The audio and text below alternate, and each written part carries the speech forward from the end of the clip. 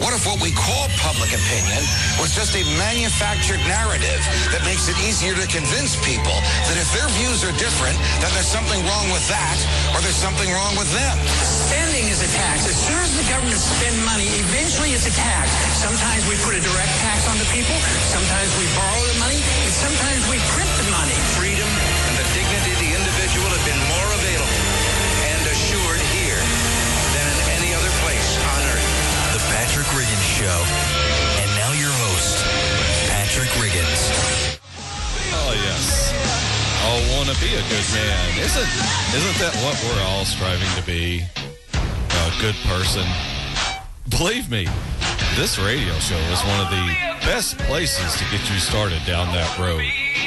By getting your mind cleaned out and freedom and liberty firmly rooted, your life will become a much better place to be, not only for you, but the people around you as well.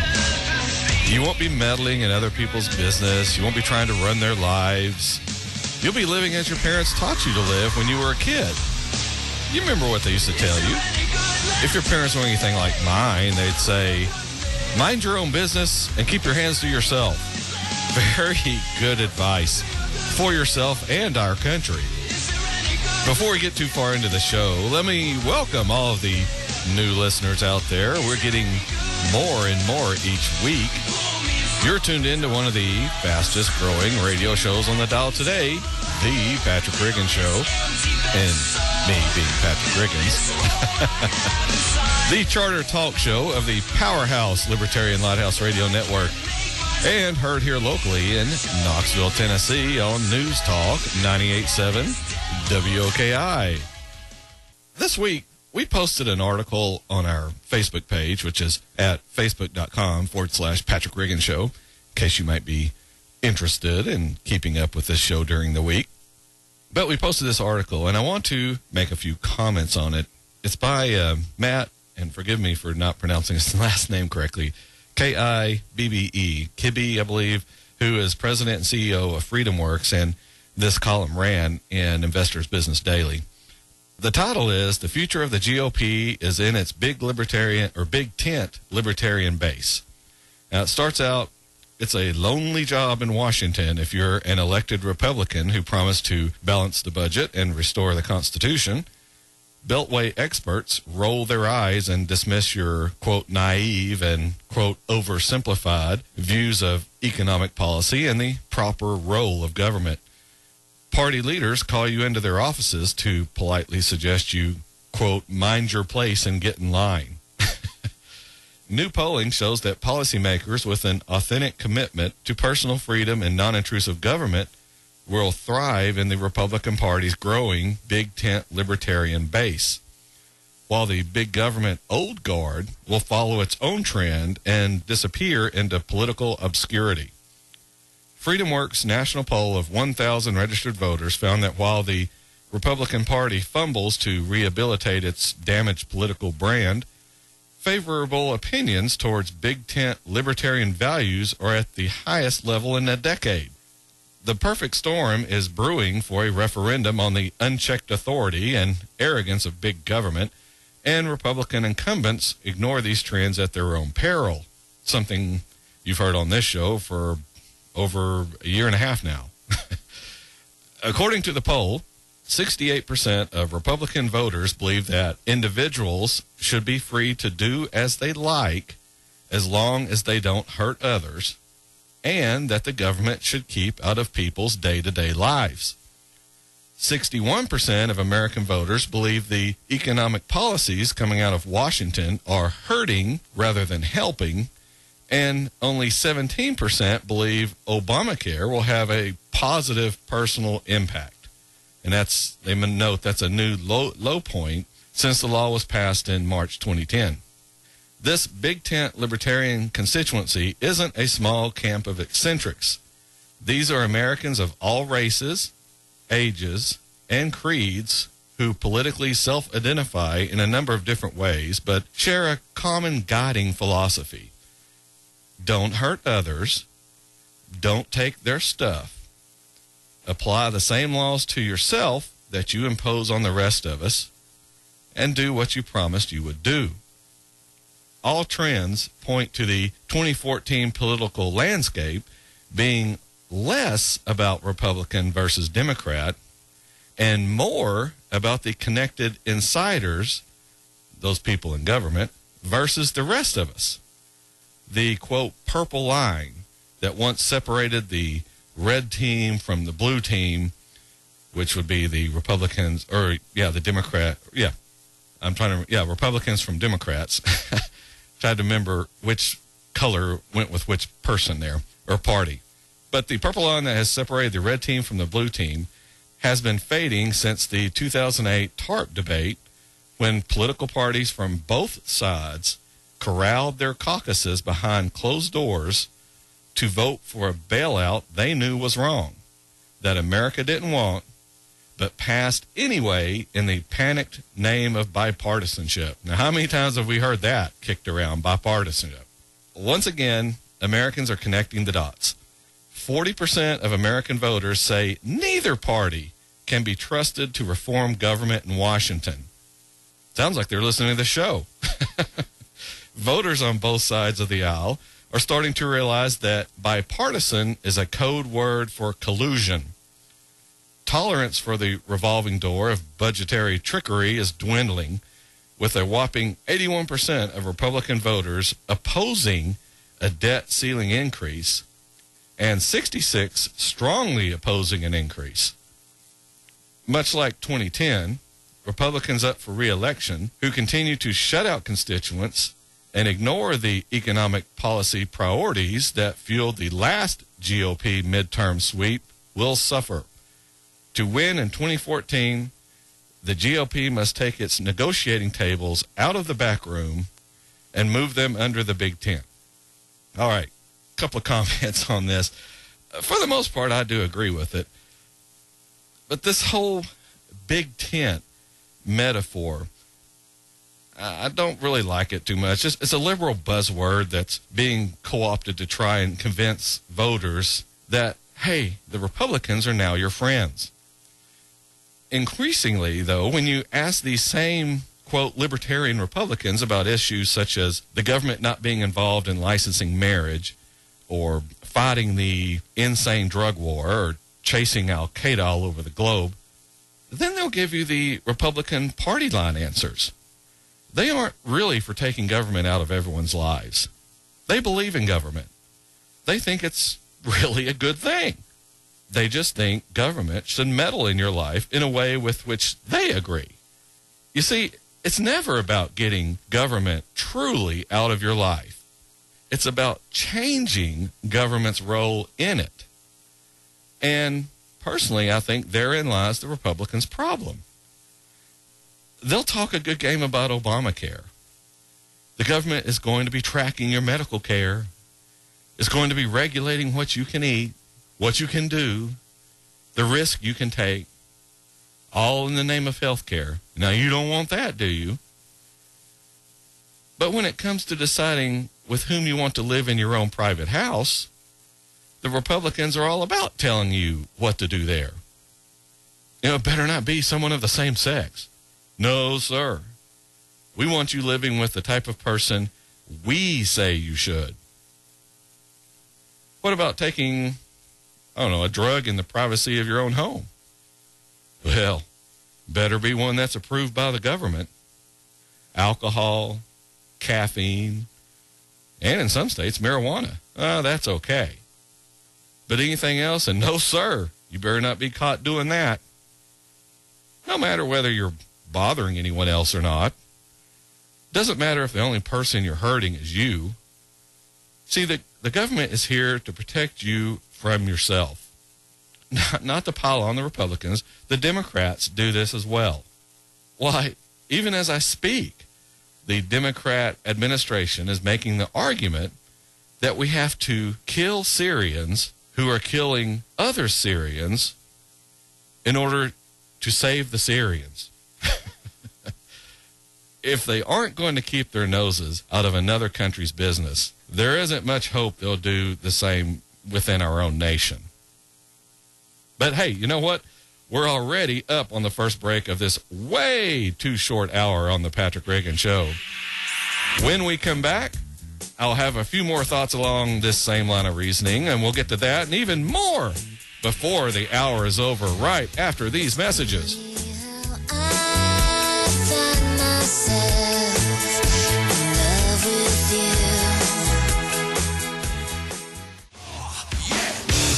you. Yeah. Government, that's the bad religion. Welcome back to the Patrick Reagan Show on the Libertarian Lighthouse Radio Network and locally on News Talk 98.7 WLKI. Just plug Hal's show there in the morning. If you don't listen to the commercials in between, you don't know what I'm talking about. But that hot sauce of truth on the hot sauce of talk on the taco of truth. Did you catch that, Jay? He's in the other room. I don't know if he caught that commercial or that promo there. The hot sauce of truth on the taco of talk. Taco of talk, yeah. Oh, you know, I would almost get up and listen. I don't get up that early to listen to him, but just to hear what that was. Yeah, I'm just not going to say anymore because I could go just so many different places with that. So, starting off the segment, I want to pick up a couple of other ideas off the article we talked about at the beginning of the show. See, that's going to be running through my head now, this whole segment. All right, here we go. What I want to remind you is, just last week, we talked about how the Republicans are going to co-opt these libertarian ideas and talking points to try and get your vote.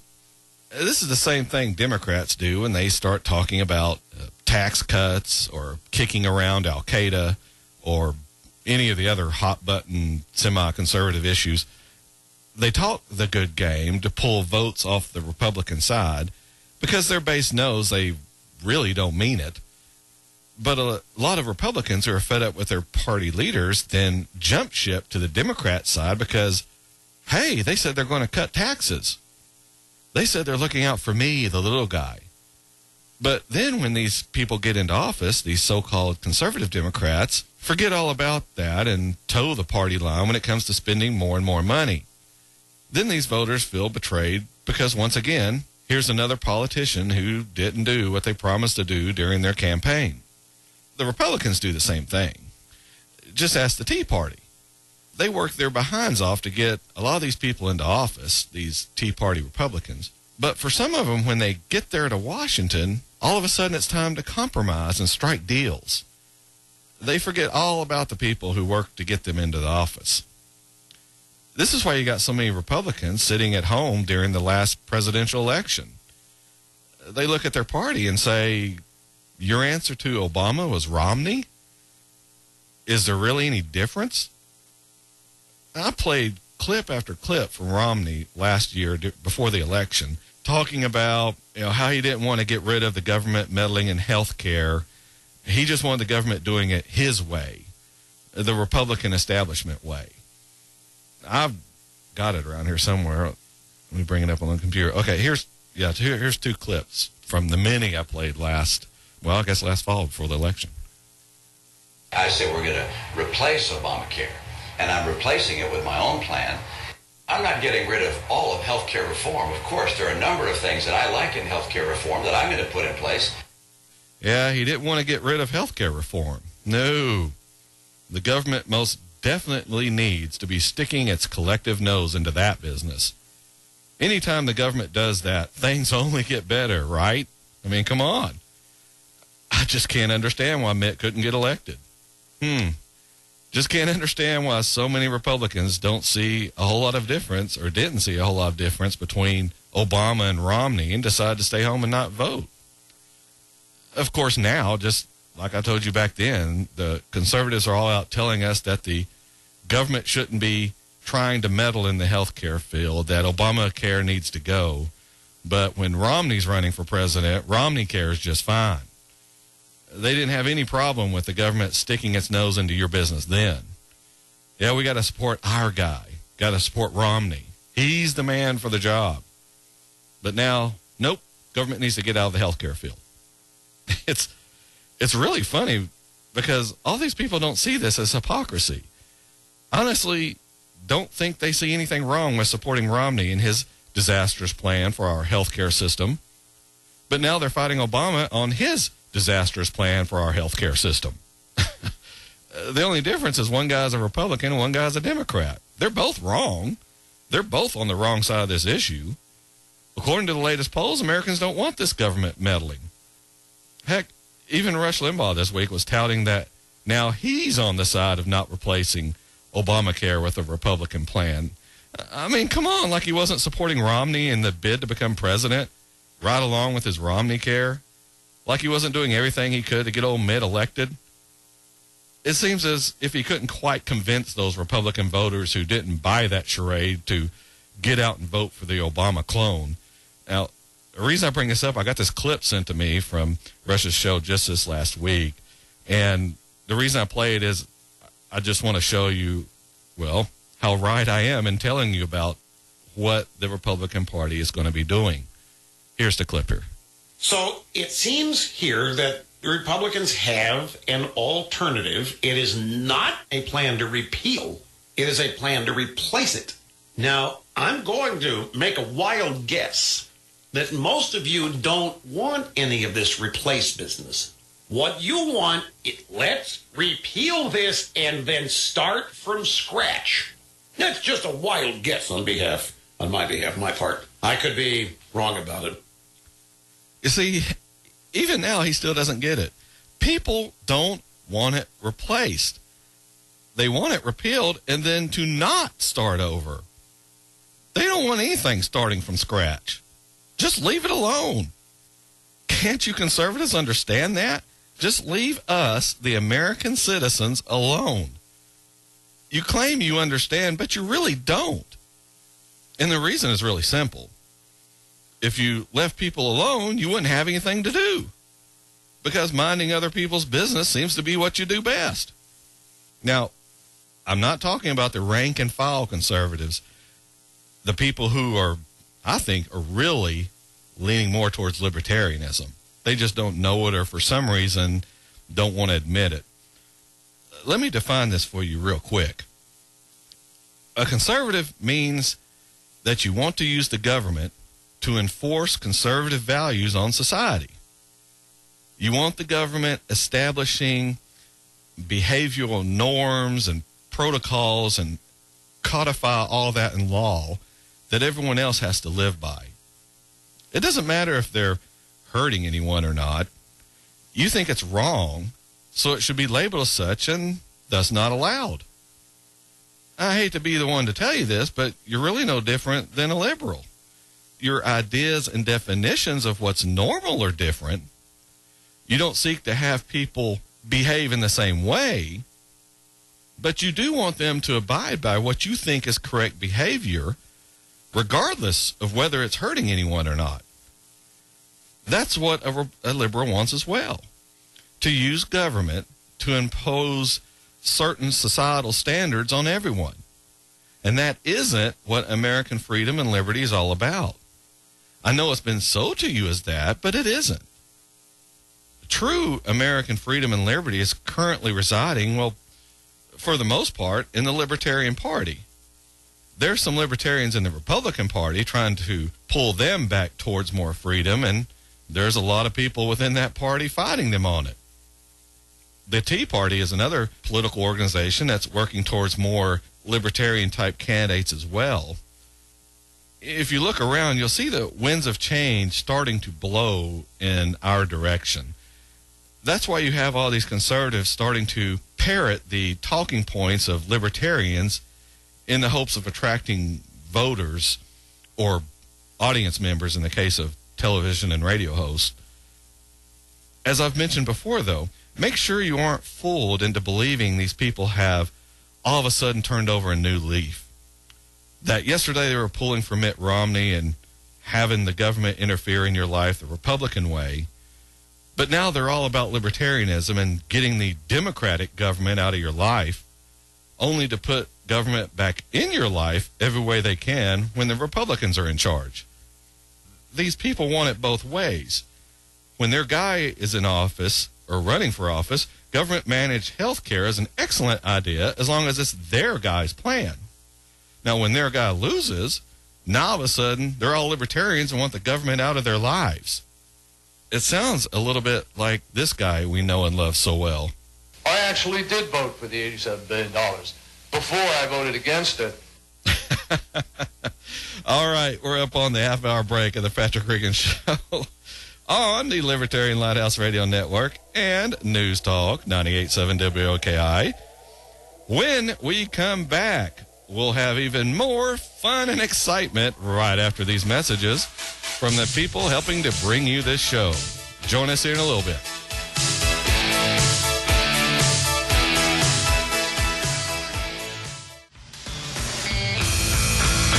Oh, I love that line. I told you that we could fly because we all have wings, but some of us don't know why. We all have these inherent natural human freedom and liberty. All we need to do is reclaim it from the government. It's our birthright, passed down to us by our forefathers.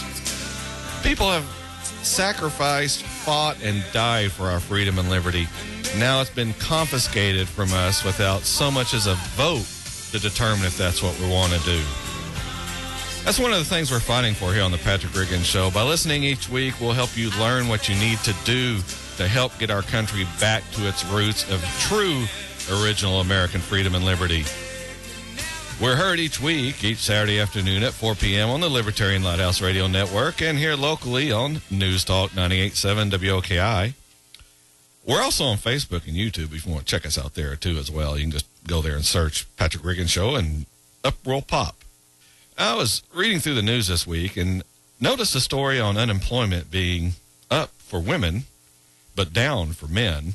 Now, if I was a conservative talk show host, I'd be railing on how this is happening during a Democrat administration, how they are supposed defenders of the American female business person. Now, I've heard a lot of that this week, but I'm not a conservative, and this isn't one of those shows. I'm an American first and foremost. I want to do what's best for this country. I don't think in political terms. I think in American terms. Because this is just about the only show in which you'll hear that take on things, I have a different tact on this piece of employment information. I think it's bad that our government is tracking this sort of stuff in the first place. Just think about it for a minute. Why does the government need to be keeping this sort of information? When the government's collecting this data, we get busybodies thinking they need to do something about it. They reason that because women are unemployed at a higher rate, then something's wrong and we need to meddle in private business. So let's say we want to balance this out. Well, the government starts pressuring businesses to hire more women to the exclusion of men. So now men are being directly harmed by the government. The government is actively participating in trying to get more women employed and less men. Before, it was private businesses making decisions on who to hire. Now it's the government. We're getting right back to what we rail against on this show. The government picking winners and losers, something it definitely should not be doing. The government should be the one place, if anywhere, that people are treated equally. The government is the law. And if we aren't all equal before the law, then we aren't the true beacon of freedom and liberty that we should be as a country. Life's unfair. That's how it is. Someone else got the job and you didn't. It doesn't matter if that person is a man and you're a woman or vice versa. If someone else is given the job you were applying for, and personally, you don't think that's very fair. But that doesn't give the government the excuse to be unfair as well on that sort of thing. But that's what it's doing. It sits back and looks at this information pouring in and says, hey, we have to do something about this. If for anything, to get votes with whatever constituency they can count by meddling in the private affairs of the American people. The government is always on the lookout for some place to meddle, and American business makes a good place to do it. If they complain, the government will threaten them with regulations and audits to get them into line. The employees like it because it makes it almost impossible to fire someone without the risk of being retaliated upon by either the employee or the government or even both. In a free country, businesses should be able to hire and fire whoever they want, whenever they want. But Patrick, you say, then businesses will fire older people and hire younger people just to take advantage of a lower paid workforce. Yes, and that workforce will also be lower skilled as well. The business will be taking a chance on paying a price for firing those with higher skill levels. Let's face it, do you want an experienced pilot flying your plane or someone who just got their captain's wings? Airlines, for example, they would advertise how experienced their pilots are and the thousands and thousands of hours they've flown. And because of that experience, they can charge more per ticket and pay their pilots more money. The marketplace will take care of pricing whatever service or product you're offering.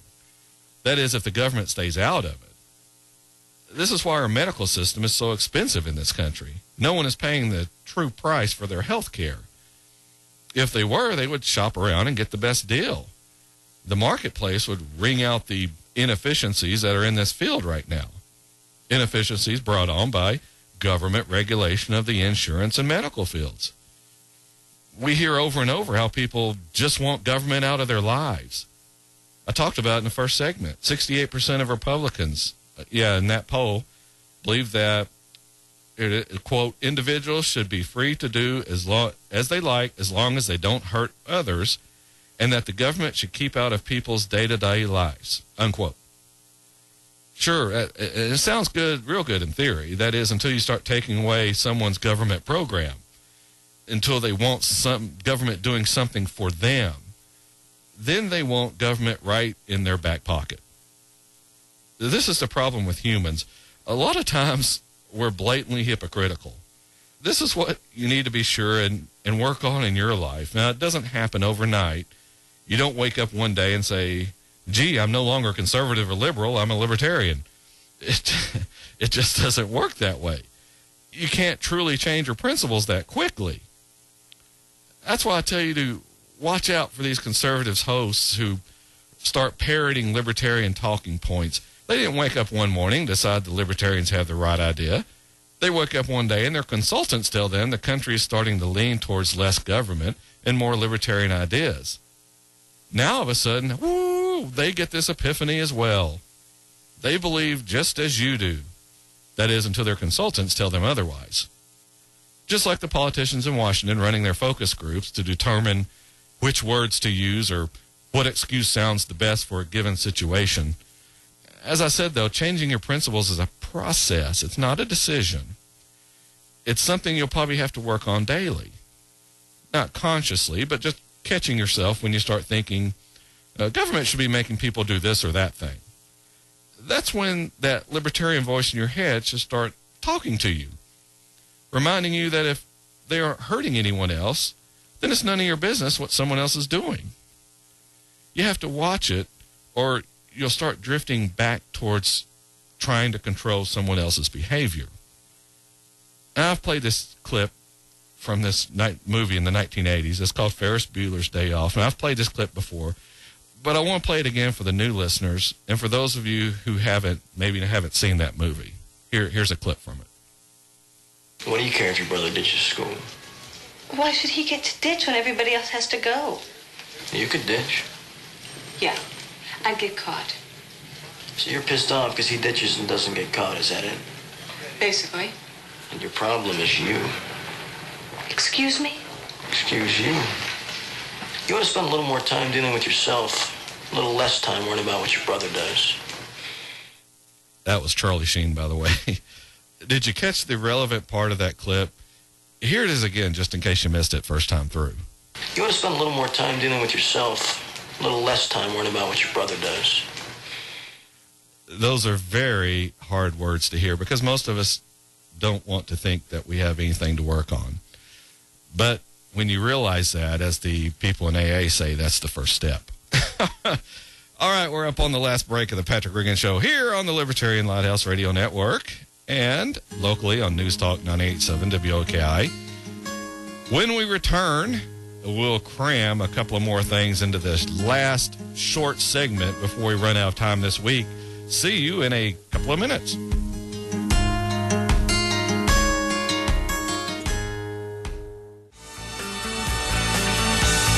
Welcome back to the Patrick Riggin Show here on the Libertarian Lighthouse Radio Network and News Talk 98.7 WOKI.